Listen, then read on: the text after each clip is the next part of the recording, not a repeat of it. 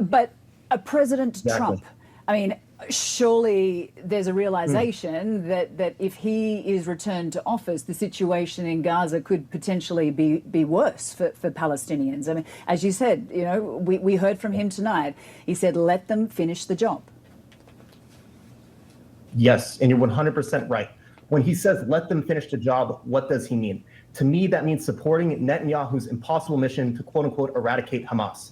Hamas is a political ideology. It cannot be eradicated, except if you completely destroy the vast majority civilian population in Gaza. It is a call for eradication or the annexation of Gaza and the resettlement of Gaza.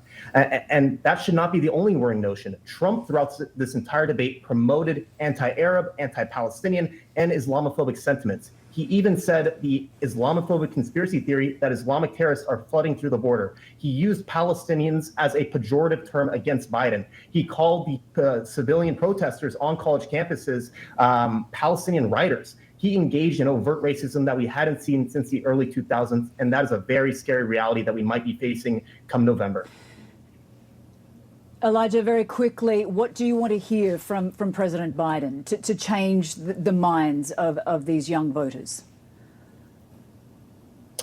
I would like to hear Biden take a more progressive stance in regards to Netanyahu. He clearly shielded Netanyahu in this debate by saying Hamas was the only impediment to a ceasefire. Now, that alone is not enough to sway progressive. What that does indicate is that Biden is susceptible to pressure within his own party. Biden has progressive components like AOC, like Bernie Sanders, who are trying to get him in a more progressive direction. Trump does not face those same pressures. So by Biden giving that indication against Netanyahu, it shows that he's willing to go in the more progressive direction. Compare that to Trump, who is facing the likes of Lindsey Graham in his own party, or Tom Cotton, who's outwardly saying, turn Gaza into rubble. Elijah, I'm sorry, we're going to have to jump in there. Elijah, I'm going to have to apologize. We have to wrap up the show. We've got a hard break, but thank you for joining us. And thank you